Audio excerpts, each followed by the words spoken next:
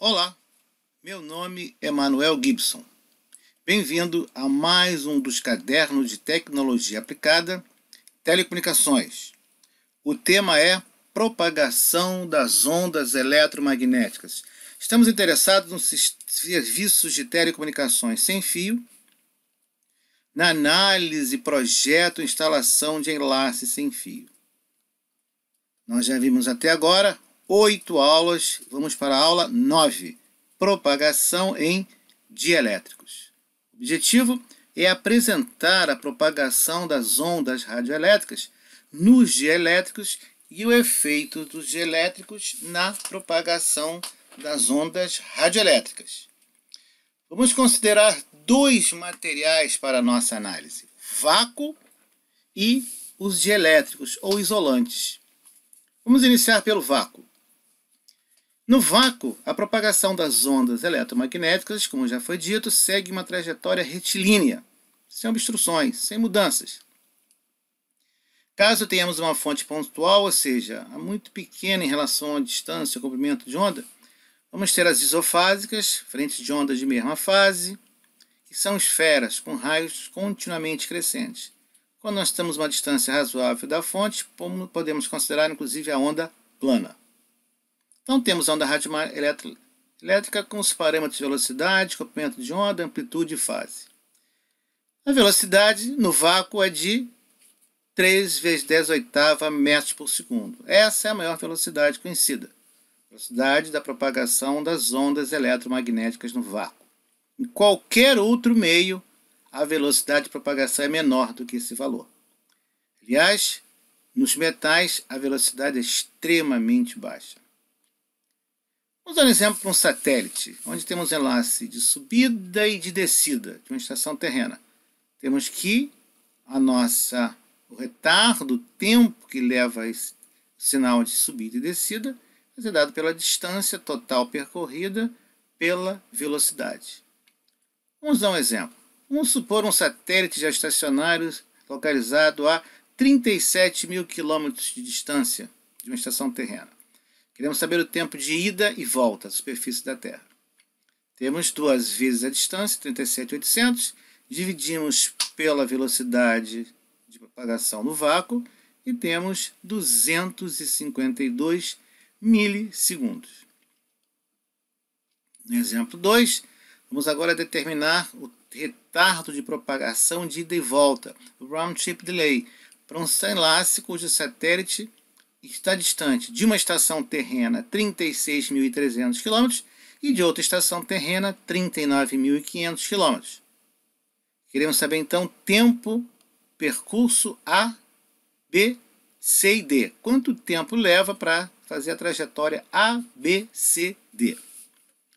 Nós vamos utilizar essa equação e, substituindo com os valores dados, temos cerca de 500 milissegundos.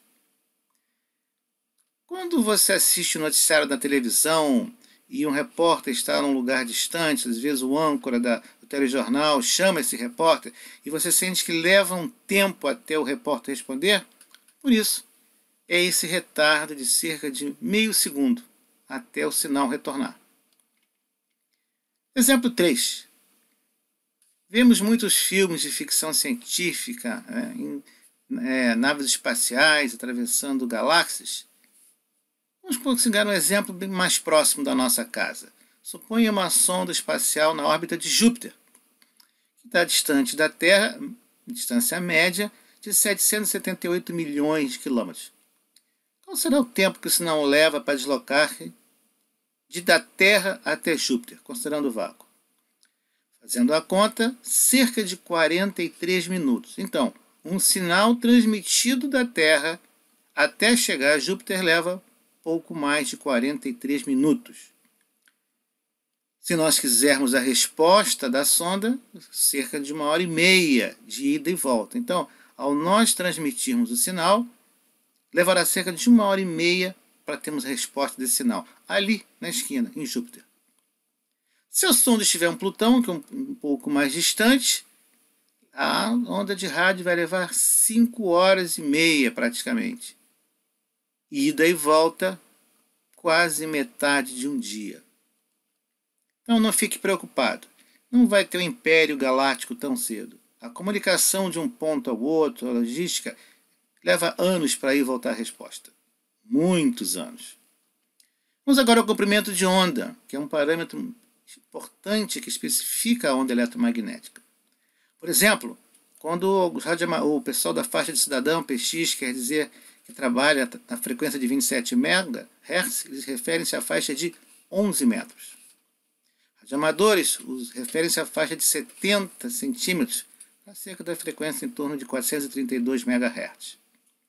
Lembra da faixa de 4.000 a 7.000 Armstrong, ou 400 a 700 nanômetros? É a faixa de radiação visível, ou luz.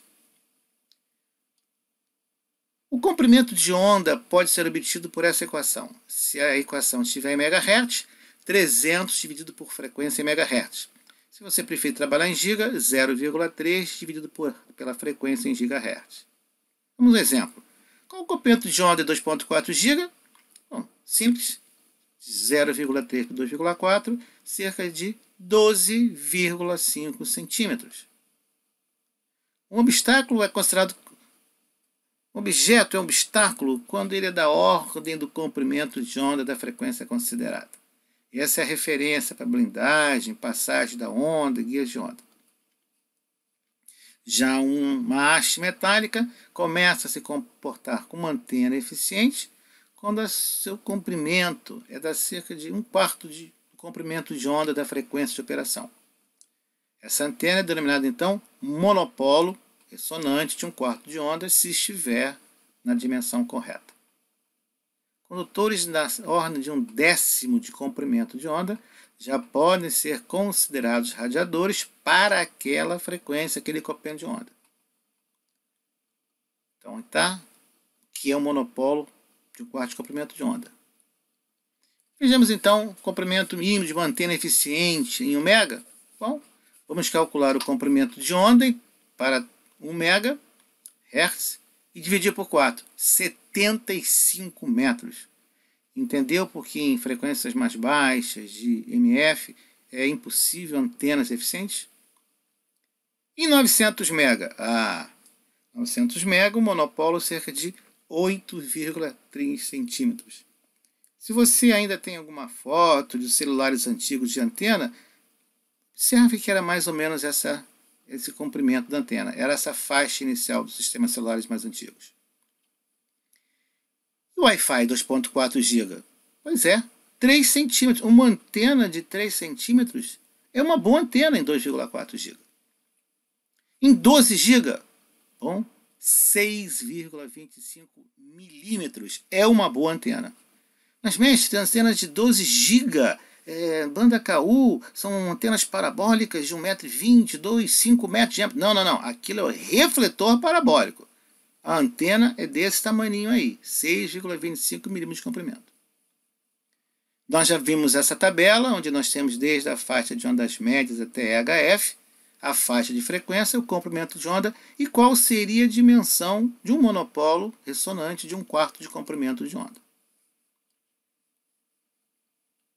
Então aí está, aquilo da antena. O prato é o refletor. Quando falamos de dielétricos ou isolantes, nós temos que a velocidade da onda é um pouco menor do que 3 vezes 10 oitava. Além disso, em alguns dielétricos, chamados dielétricos com perdas, pode haver absorção ou atenuação. Isso é particularmente interessante na faixa acima de 10 GB, que é absorção por água. Nesse ar que respiramos, as ondas se propagam mais lentamente do que no vácuo. O que caracteriza essa variação da velocidade, essa redução, é o chamado índice de refração. Observe que o valor é quase do vácuo, mas não é. Essa refração, como nós vimos, a lei de Snell, ele vai fazer esse curvamento das ondas eletromagnéticas. É o mesmo que acontece nas fibras ópticas. E aí está. A velocidade do meio é dado por C dividido pelo índice de refração, onde C é 13 vezes 10 oitava e N é o índice de refração do meio. Observe que na atmosfera comum é muito próximo de 1 o valor de N.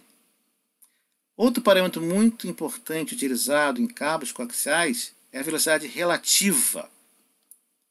Nesse caso, a velocidade relativa da atmosfera ao nível do mar é cerca de 99,9% em média. Em aplicações gerais, podemos considerar como C.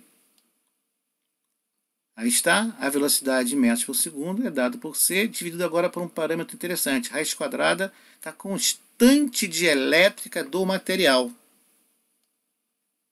A constante elétrica ou permissividade relativa do vácuo é igual a 1. Vemos também que a velocidade relativa pode ser dada sobre 1 dividido pela raiz quadrada de εr vezes 100%.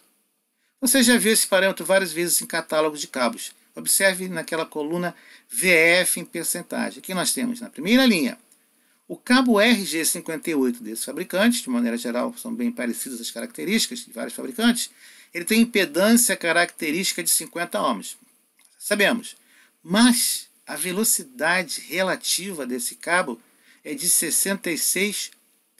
O que significa isso?